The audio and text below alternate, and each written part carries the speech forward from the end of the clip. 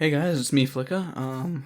So a lot of you have probably heard about this new thing going around in tech circles called the right to repair. If you watch any tech YouTubers, a lot of them have been covering it. I know like MKBHD did and Linus Tech Tips did.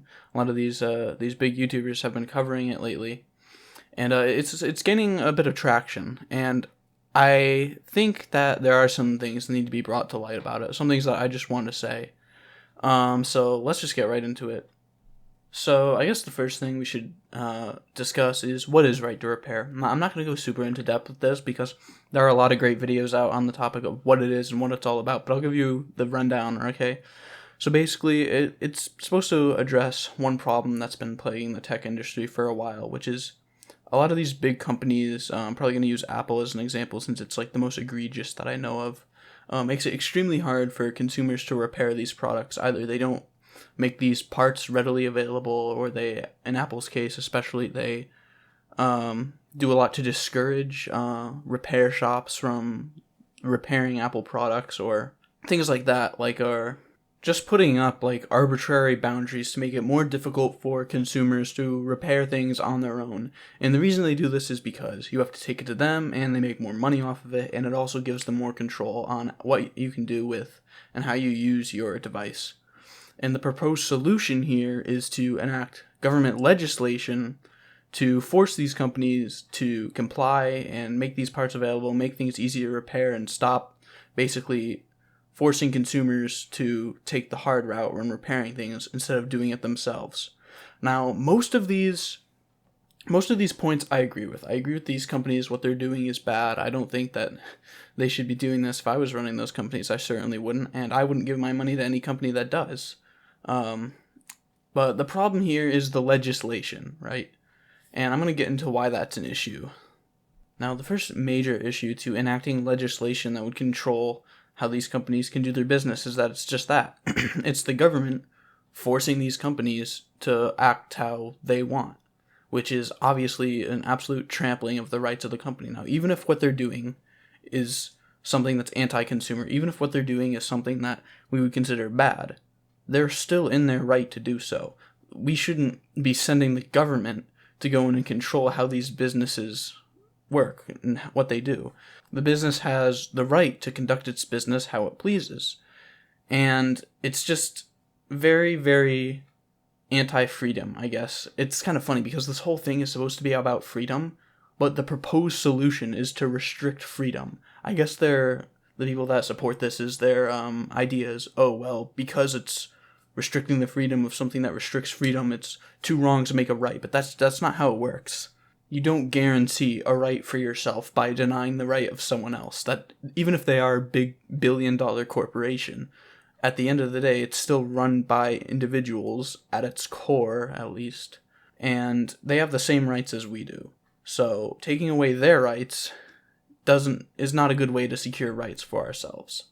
Another issue with this is the government were to succeed with this, let's say, if the government is capable of taking the rights away of a billion-dollar corporation like Apple, per se, that has probably a literal army of lawyers at its disposal to fight this thing, how easy do you think it's going to be for them to take away your rights in regards to how you conduct your business? Let's say you're a small business owner, or let's say you're a consumer and you're buying something. What would be the difference if they spun it the other way around and said, okay, now we're going to start making laws on what the consumer can do with these products, or what they buy, or how they buy them.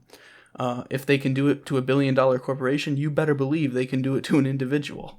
So really, what I believe this would end up being is, yeah, it might start out as something with a noble cause, something about bringing about more rights, but what it's going to do on the back end, more in the long run, is it's going to end up just restricting everyone's rights, and it's going to put us one step closer towards a government-controlled market, which is not what anybody wants, I don't think. I should hope not, at least. So what is the better solution, Flicka? If you're going to hate on this so much, if you're going to have this much of a disagreement, right, you better be stepping up to offer a better solution. And I hear you, don't worry. I have what I think is a better solution. It's this. Stop giving your money to these companies that act unfairly towards you. You shouldn't be complaining about how evil and bad these companies are while you dish out your hard-earned salary for the newest iPhone and the newest MacBook Pro with the M1. It's just silly. Don't enable these companies to act this way and expect the feds to bail you out when you, the consumer, and I don't mean you specifically, but the consumers in general, are the ones enabling this. There's a reason that companies like Apple, which are inherently anti-consumer, are billion-dollar companies. It's because consumers buy from them. That's just how it works. If consumers stop giving them their money in exchange for these products, we wouldn't have this issue.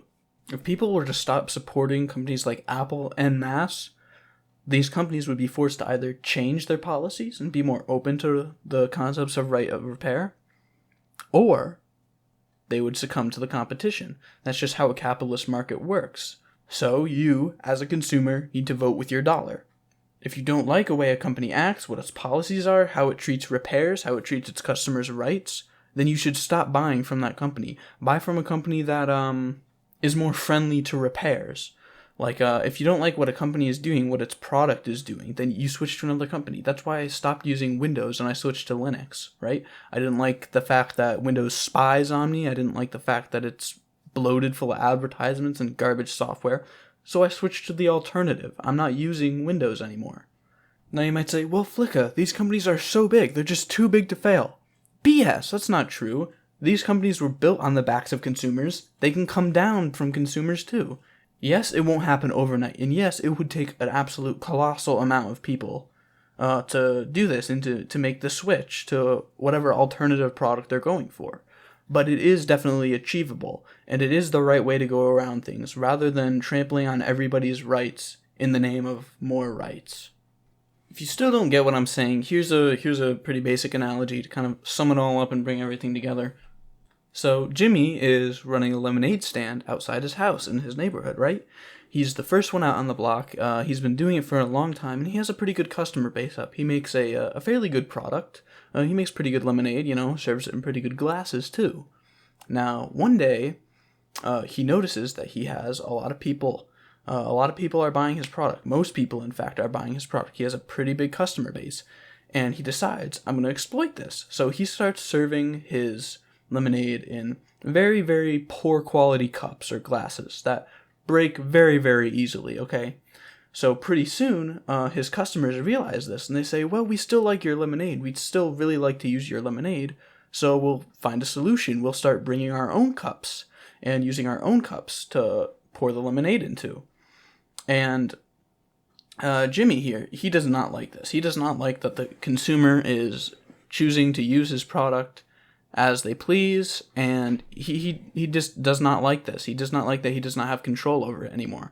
So he starts refusing to fill the cup of any customer that won't use his own glass, that tries to use their own glass. He says, if you use your own glass, you bring your own glass, I'm not going to fill it up. So the consumers, Jimmy's customers, obviously have a problem on their hands, and they have two choices for a solution. A, they can either go to the numerous other lemonade stands open, all selling comparable lemonade at a comparable price, or should they call in the government to force Jimmy into doing his business in a more pro-consumer way, despite the fact that at the end of the day, it is still Jimmy's business and it is still Jimmy's product, and the consumers are the ones deciding to still buy his product. Thank you for watching. Have a great day.